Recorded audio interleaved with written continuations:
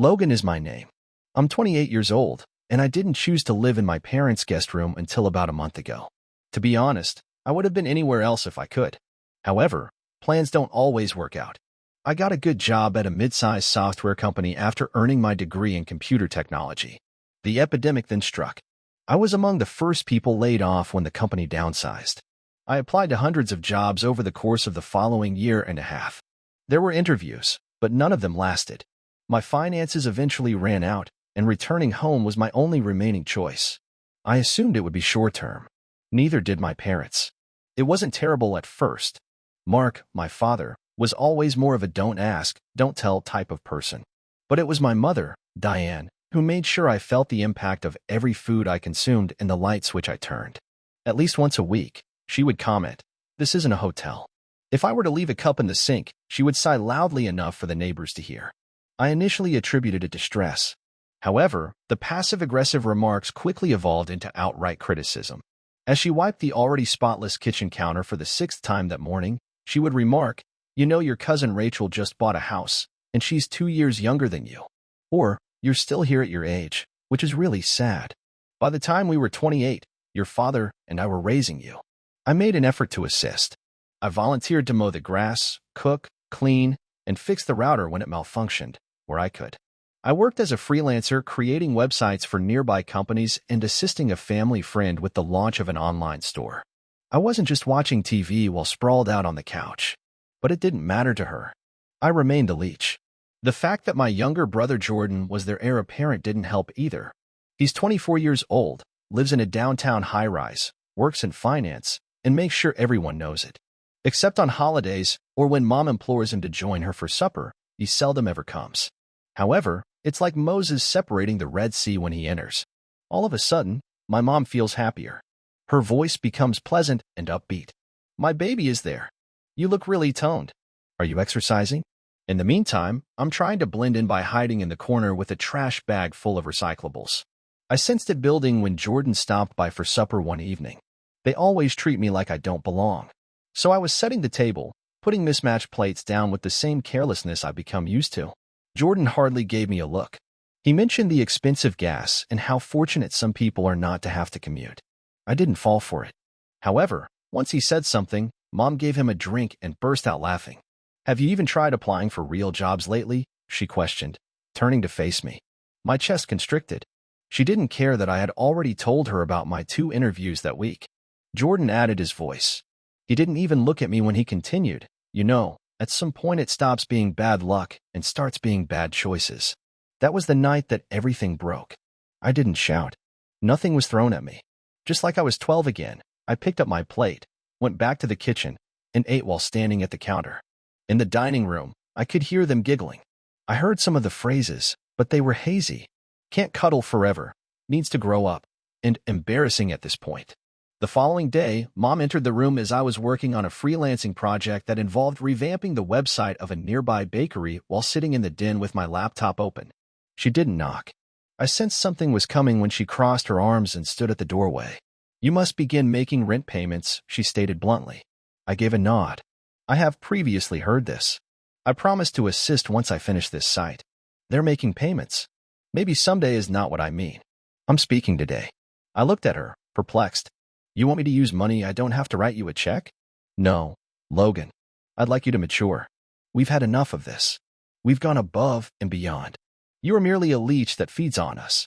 I was surprised by how hard the word hit me. Leech. As if I were something stuck to the bottom of her shoe, she stated it with a disgusted expression. She turned and began hauling a duffel bag out of the closet. Before I could even respond, she rushed back into the room, tossed the bag at my feet, and yelled, "Go leech somewhere else," before I could even react. I refrained from arguing. I refrained from crying. After packing my laptop, charger, and toothbrush, I zipped up my bag and headed off. Not a word. I could hear the word, "leech," echoing after me down the driveway. I spent some time couch surfing, first with my friend Lucas and then for a few days with my ex, who graciously allowed me to remain with him while I worked things out. But despite how frightening it was, that time alone motivated me to give it my all.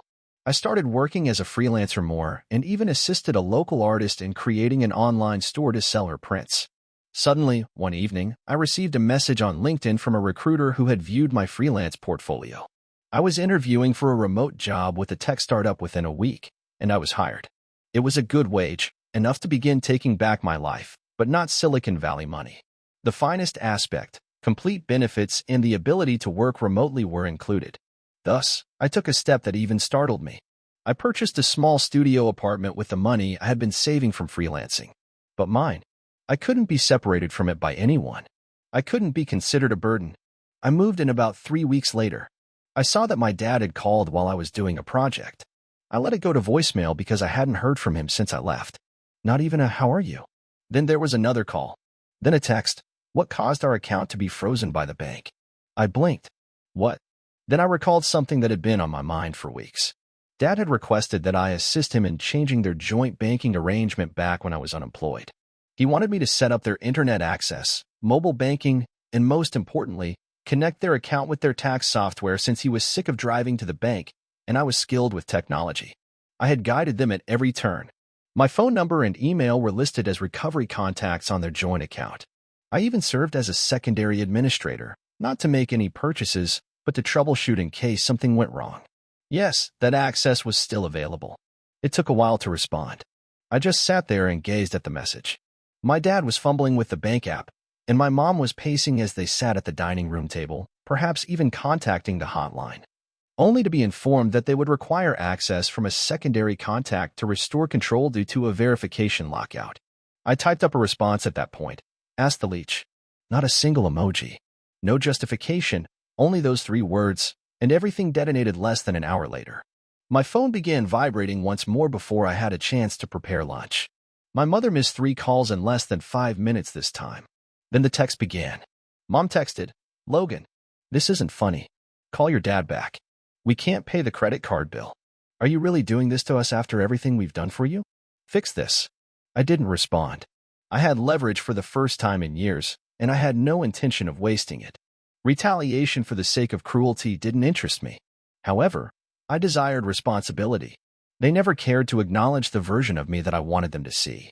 The person who kept their household together in the background, did things like pay their bills online, update their antivirus software, remind them to file their taxes on time, troubleshoot their Wi-Fi, and even flag fraud charges on their card before they noticed, was not the lazy burden they had imagined.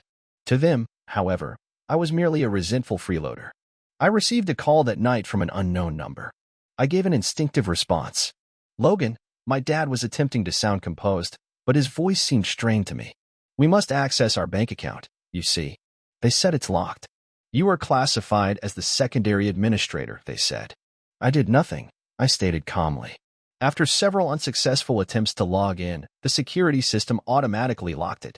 All right. It's okay. Simply assist us in unlocking it." A pause occurred. I didn't answer. He paused. "Please," like a foreign language he hadn't spoken in years. The word came out clumsily. "Yes," I said. "But first, I would like to discuss something." "Keep quiet." "For example, why did your wife call me a leech, hurl my belongings, and yell at me in front of Jordan?" One more pause. "Logan, let's not. No, we will. Do you want me to tidy up your mess once more? After that, you will pay attention, not speak. Not an excuse. Simply pay attention." The person on the other end sighed quietly. He didn't hang up, though. I didn't request to relocate. I had no desire to return to that house. But I tried my best to assist. I prepared food. I did some cleaning. I made things right. I earned money, just enough to cover my personal expenses and give you gas money in case the car broke down. I was treated like a stray dog at your dinner table in spite of all of that. "Logan, I'm not finished." A slight crack came to my voice. Years of annoyance were rising to the surface of my throat. I had swallowed everything back. She called me a leech. Every time they phoned me, I was booted out like trash by her. You simply stood there. You permitted her. He didn't answer. She treated me like a helpless loser and humiliated me in front of Jordan. The fact is, though, your bank account, because I've been the one maintaining it that way, everything has been going nicely. Without me, you had no idea how to change your password. All right, he confirmed. Your point has been made. No, I haven't. I got out of my chair and began to walk about my tiny flat. While I was already on the ground, You two pretended that I was a failure who needed to be kicked. You need me now.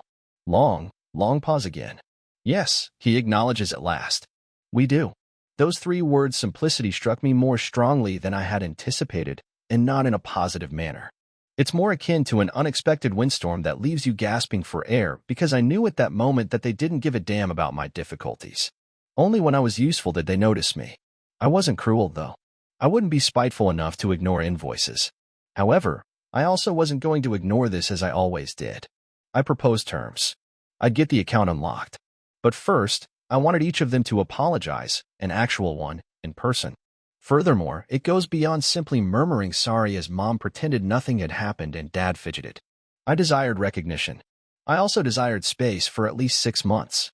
No favor request will be accepted. Don't feel guilty. No unexpected visits.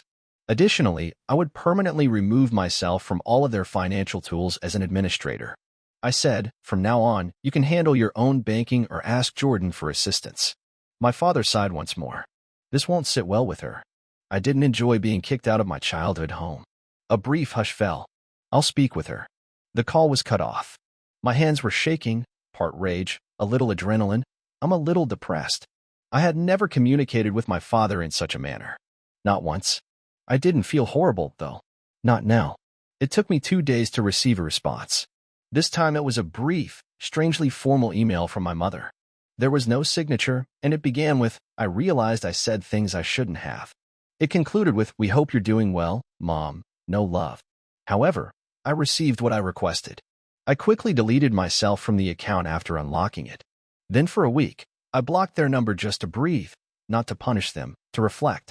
Then the actual fallout began. The problem is that everyone realizes how much they depended on them when the leech leaves, and the person performing all the invisible labor is removed. I learned what transpired next from my cousin Lily's Instagram story, not from a phone call or a knock on my door. While at Grandma's place for Sunday breakfast, she had captured a brief boomerang film. Mom was seated rigidly at the far end of the table, her lips pursed like she had just bitten into a lemon, her wine glass unopened.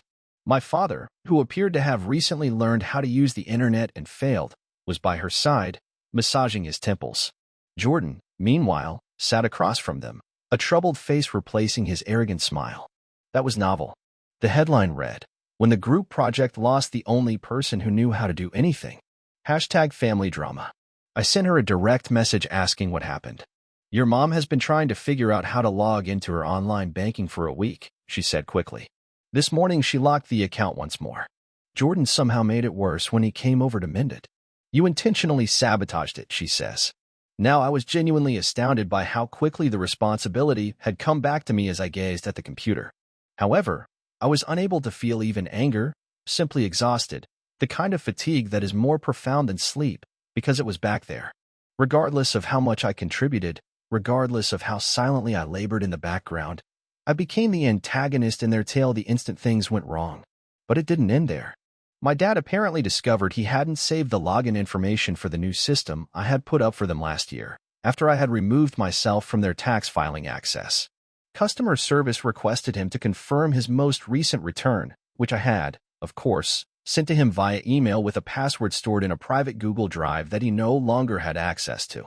If Jordan hadn't made the wise decision to start fresh and attempted to open a new account using my dad's social security number, it might have been recoverable on its own. The system locked everything, including his HSA portal, online statements, and tax software. After identifying it as possible identity fraud, they were unable to obtain a dime. With the excitement of someone watching a soap opera unfold in real life, Lily told me this. Your mom told Grandma that she thinks you hacked them out of revenge. I simply replied to their text. I forewarned them. I had to. I gave them a clear, hard, and boundary-defying warning.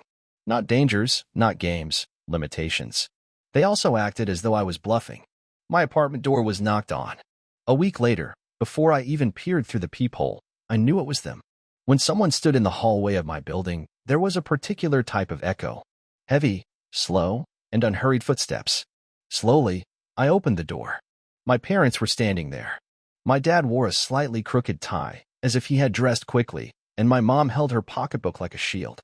They didn't say anything. I moved out of the way. Save it if you're here to shout. They entered. Before my mother cleared her voice, There was a complete minute of stillness. "We need your assistance," she told me. She told me to go somewhere else and tossed out my bags 3 weeks ago. Now she was standing in my small flat, glancing at the simple IKEA furnishings and half-eaten takeaway on the counter while pleading for assistance. It seemed unreal. I already knew what had happened, even if my dad tried to explain it.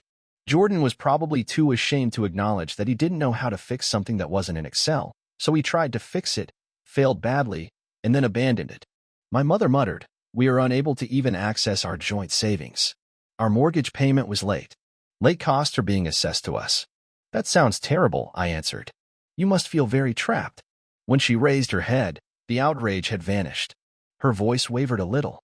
"I apologize," she said. I blinked, not aggressively, passively, not with any restrictions. "I apologize. We didn't realize how much you were doing," my dad continued.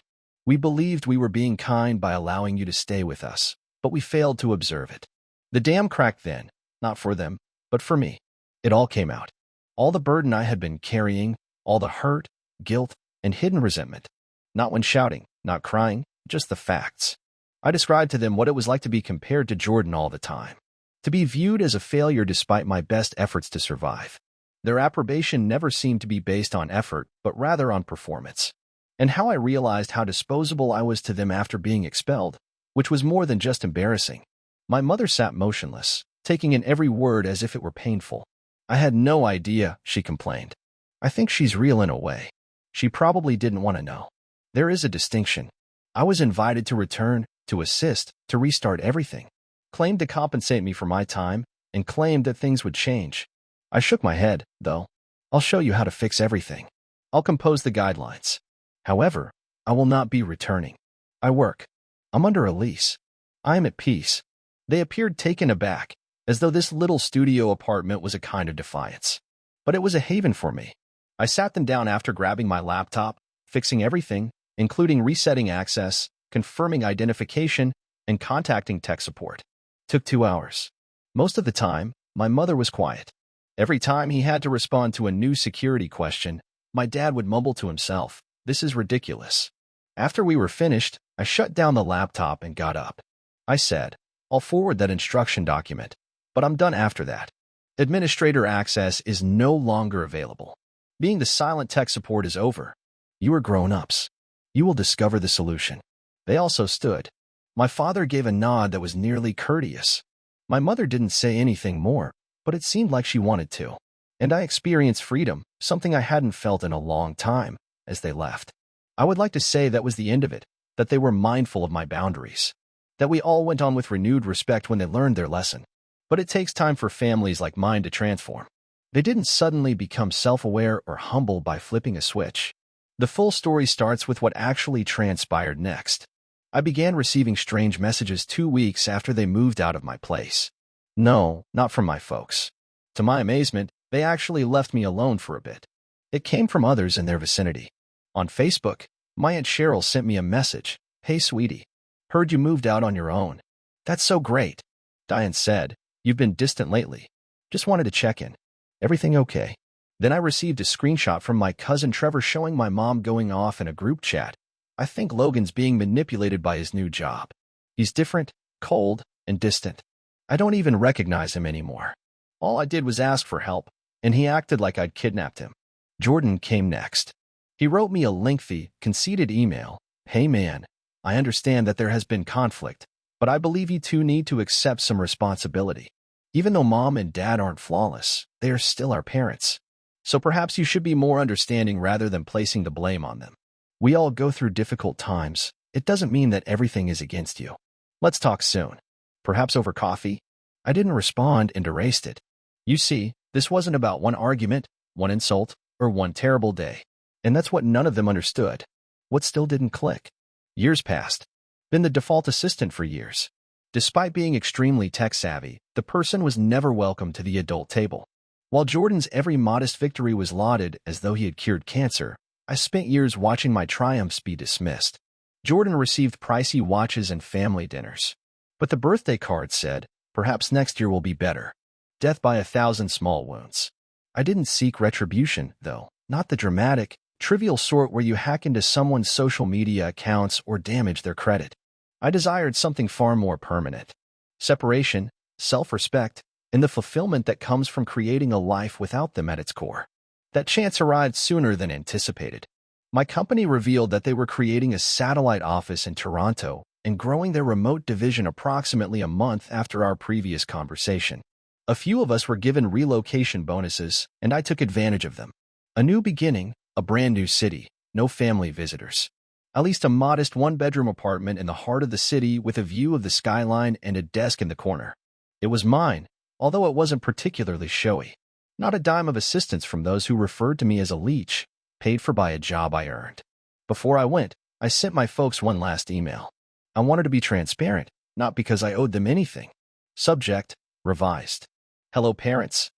I wanted to inform you of my impending relocation to Toronto for work. Going forward, I won't be available to assist with any problems, technical matters, account access, or anything else. I promise you have complete control because I have disassociated myself from everything. I hope we may all find some serenity in this new chapter. Be careful, Logan. No answer. No thumbs up at all. And it may have hurt in the past, but not now. Toronto fulfilled all of my expectations. I rapidly made friends, joined a local coding group, and began volunteering at a nonprofit that promotes computer literacy among senior citizens. Whenever I sat down to instruct a grandmother on how to configure two-factor authentication, I thought, this is what patience looks like. This is what respect feels like. At home, the fissures continued to widen. My unofficial family reporter, Lily, informed me that my mom had begun attempting to persuade Jordan to perform some of the duties I had previously performed. He claimed to be overly occupied. She continued to try to gild him in spite of it. She once remarked to Logan, Logan used to handle all this without complaining. Then maybe you shouldn't have treated him like garbage, he retorted. It seems that their golden boy had his limitations as well. Then the worst part arrived. On their taxes, my dad made a mistake, a large one. An audit was initiated when he inadvertently entered their mortgage interest in the incorrect part of the form. Just enough of a red flag to need them to go back and refile and speak with the IRS regarding years' worth of inconsistencies, but not enough to warrant a frightening federal probe. They attempted to contact the tax software provider, but to their astonishment, they were unable to access the recovery email. Since I had shuttered it after severing links, it was now permanently disabled. They needed an accountant, an actual one who didn't answer texts at midnight and charged $150 per hour. However, the money wasn't the true source of the anguish. The control was the issue. They were accustomed to always having someone nearby, someone who, out of fear, shame, or a great need for acceptance, would make things right instantly. That individual is no longer with us. They didn't even inform me about the audit. It was Lily, of course, who told me. Your mom's been in a bad mood for days. Dad messed up the taxes. She argued something like, if the leech was still around, this wouldn't have happened. LOL. It dawned on me. Then she continued to refer to me as the leech despite everything. Of course, not in front of me, but behind closed doors, in the security of those she believed would support her. And that ought to have been painful. It ought to have caused the wound to reopen. However, it didn't because I had evidence by then. Evidence that her perception of me was false. I had a fulfilling job. Friends who held me in high regard. A landlord who had faith in me. A group that depended on me. A name on a lease. A bank account. A life in digital form that was entirely independent. And on a cold Toronto evening in the solitude of my apartment, I went down to my desk, accessed my old Google Drive, and erased the final shared folder I had ever made for my parents. The title of it was Do Not Delete, Banking for Parents. With a single click, I removed it. Then I grinned. Since leeches don't create life, individuals do. And I at last recognized myself. Thanks for watching and being part of the drama. Don't forget to subscribe and hit the bell so you never miss a wild news story.